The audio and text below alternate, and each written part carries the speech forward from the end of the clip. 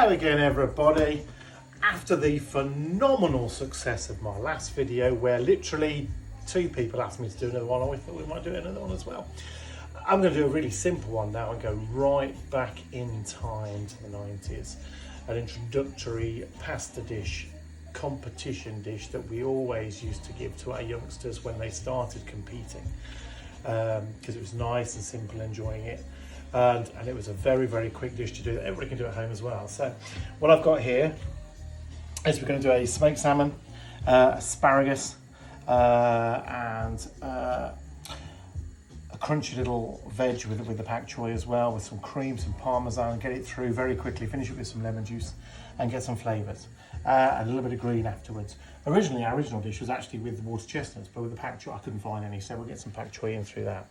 So what we're going to do first is I'm going to chop a little bit of onion, because I want onion and garlic in there just to start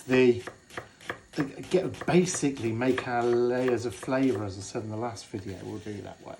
So I want some really fine onion or shallot you can use depending on what you've got. These are all gear that you've got in your fridge anyway. And we'll just dice that up slowly like that, nice and fine. We're going to add these gradually. This dish will actually be very, very quick. Obviously we're using a little fresh pasta that we bought from the shop. It's going to take 4 minutes to cook. A little bit of onion. We'll smash a little bit of garlic down like so. Produce that, and we'll just chop that down and crush it down. Don't want to add any salt to that because we'll be seasoning differently anyway. So that's there and that is there. So what we'll do, we'll get our little pan hot and a few knobs of butter in. A few knobs of butter, and get them boiling, get them melting, and we'll add the onion and garlic. We're going to move quickly. Once that's sizzling, we're going to get the pasta cooking, and then I'm really going to get going. So we'll do this. Well, I'll bring the pan over here so I don't get... No, we're getting... Yeah, the camera's chasing me. That's great. So we get these in and we'll get these sautéing off as well. We don't want any colour on them. We just want these to sauté just a little bit. The asparagus. Obviously we've got some beautiful asparagus around where we are within the forest and Sopley outside Christchurch, because we're based in Bournemouth. And we're just going to chop these down to nice big ones. Because they're so small, you don't need to saute too much either, because they're going to cook through. That's going to take literally a minute, and that's what you want to be doing. So 2 minutes maximum for asparagus, so they're thicker as well. Going back in time as well with competition, this is the original knife from college. This is nearly 30 years old, this puppy. It's lovely. I'm going to just take tips, and we're just going to just nice bitey kind of pieces as well, because they're going to cook through. Taking the bottom bit off because it's quite woody, and we'll do that. So just before we put this, if you can't believe this is one of the reasons why I love cooking, is the fact that the smell of butter and garlic cooking, I absolutely adore. So we're going to do, and our fresh pasta, and I've got 4 minutes to cook that through. Classic chef, we've got to do some clicking. And that will come down and that will come through. So 4 minutes. I wish you could smell this onion, it's fantastic. What I'm going to do is cooking this through. Then what I'm going to do, I'm going to add a little bit of, well, once deglaze the pan, what we need is the flavour, the acidity to balance the cream. The reason I'm doing it in the wok, so we can actually see it more, I think, to be perfectly honest. So we'll do that. Just boiling a little bit of the white one down there. A little bit of veg stock again, just for a little bit of flavour. Just going to reduce so the pasta's in. That will come up to the boil. This is coming down. And because it's so quick, hopefully, when it starts to boil again, and that'll reduce. What we're doing with reduction is actually evaporating the moisture out of it and just leaving the flavour in the pan as well. You talk about chefs when we were talking about meat and fish and we're deglazing the pan. When you've got those lovely scraps of meat and fat in the base of the pan as well, adding some red wine, some white wine to it as well with meat, it brings it off the base of the pan and gives you all that lovely flavour that's going there as well. So while that's boiling, I'm just going to bring the asparagus over. No need to chase me. We're going to put this in because this will take seconds. What we're doing, literally, actually, with the pasta, it says 4 minutes. You actually want to be cooking it for 3 minutes and finishing it in the sauce as well. So these are just reducing down. This will take a minute or so to cook. So while I'm here, just going to prep down the. I wanted a bit of crunch. As I said before, the original recipe used to use water chestnuts. I absolutely adored that. So what we're going to do is just trim some of this down as well. I'll put this in last minute because obviously it's beautiful when it's just undercooked. And also, I love doing contrasting colours within dishes as well. So I love the greens, the pinks will be beautiful with the salmon. The smoked salmon we'll put in last minute to flavour. And I shall just do that like that. Your pasta's going beautifully. Another 2 minutes and that will nearly be there. So what we can do,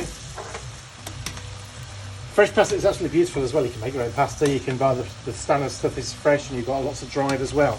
So we'll give that another minute or so. We'll put it in here to continue to finish cooking off because it's so quickly to cook. It's beautiful. I'll just put that lid on. We need to move it. I wouldn't normally put a lid on. And that's a heavily salted pan as well, just to take the seasoning on.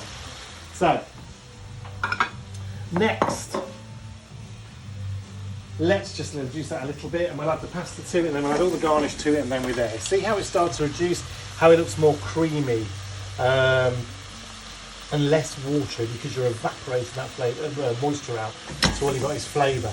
So then what we'll do, we shall try and get this pasta out here. Transfer it, and we'll finish it in this sauce, which will be a splash cream as well. So you can see we're just bringing those in like that.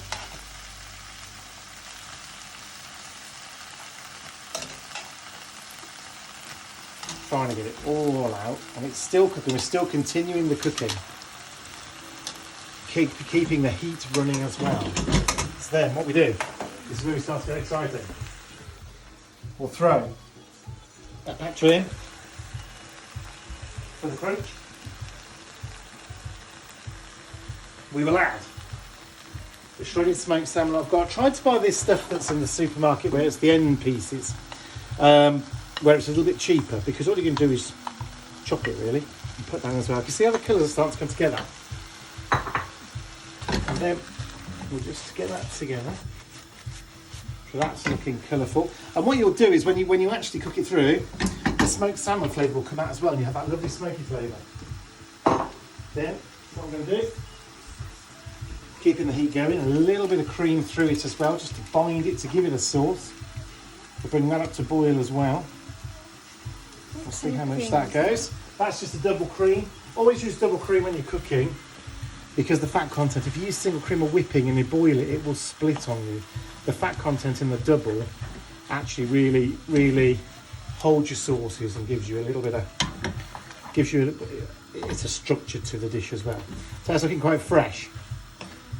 And what the smoked salmon will do also is season it. We're not going to season this until afterwards, because not only have we added the smoked salmon to it, which is obviously naturally salty, we're also adding a good lump of parmesan. That's going to give you another depth of flavour. It's almost like when you're making risottos, adding the butter and the parmesan at the end, because then we can try it. And see it starting to come out and start to boil. It looks beautiful. It's not overly creamy.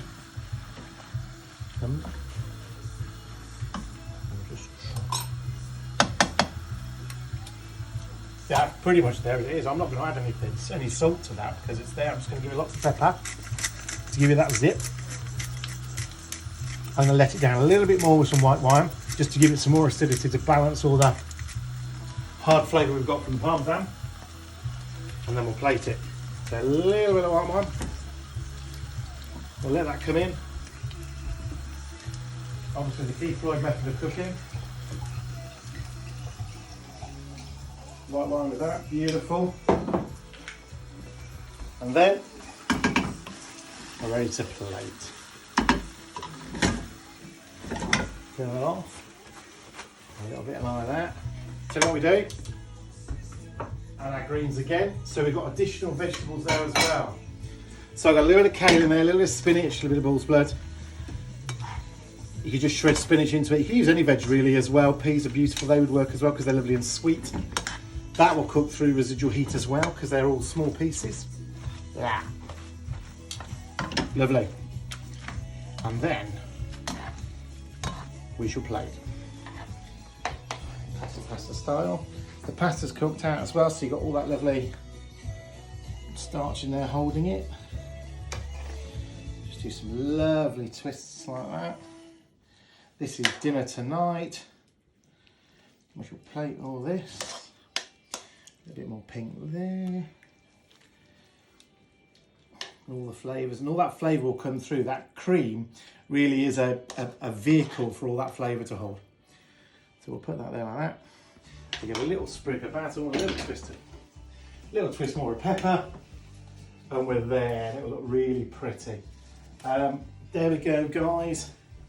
There's a beautiful little pasta dish that's dead easy to produce. We're going to enjoy this. Hope you enjoyed the video. See you again soon. Ta-da.